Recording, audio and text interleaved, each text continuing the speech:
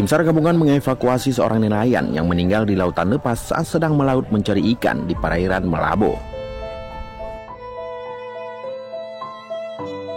Korban yang bernama Adi tersebut diketahui meninggal oleh Sam Suwardi yang merupakan pawang bot KM3 Mutiara sekaligus abang kandung dari korban. Korban merupakan warga Suwak, Kecamatan Tangan-Tangan, Kabupaten Abdia, diperkirakan meninggal di lautan lepas 80 mil dari bibir pantai Malabo.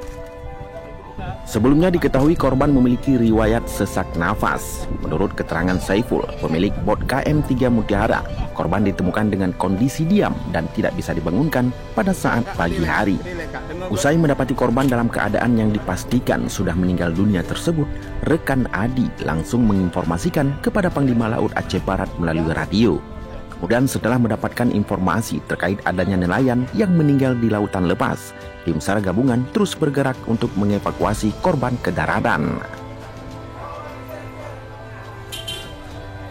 Ya, tim rekan-rekan dari Basarnas dan gabungan telah mengambil 5 mil dari muara untuk menjemput di bot nelayan tersebut.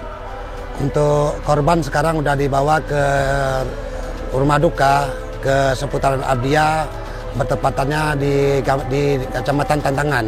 Ya, benar, informasi juga kita dapatkan mereka memang ada penyakit sesak napas. Sesaat waktu mau ke laut juga beliau udah mulai di muara, udah mulai botnya agak sedikit, udah mulai sakit, tapi dia juga mau ikut juga bersama abangnya. Jadi abangnya pun langsung membawa dia ke laut. Tiba-tiba sampai sana kita dengar berita beliau almarhum sudah mengembuskan napas terakhir. Setelah dievakuasi, jenazah korban langsung dipulangkan ke rumah duka di Kecamatan Tangan-Tangan, Kabupaten Aceh Barat Daya untuk dimakamkan.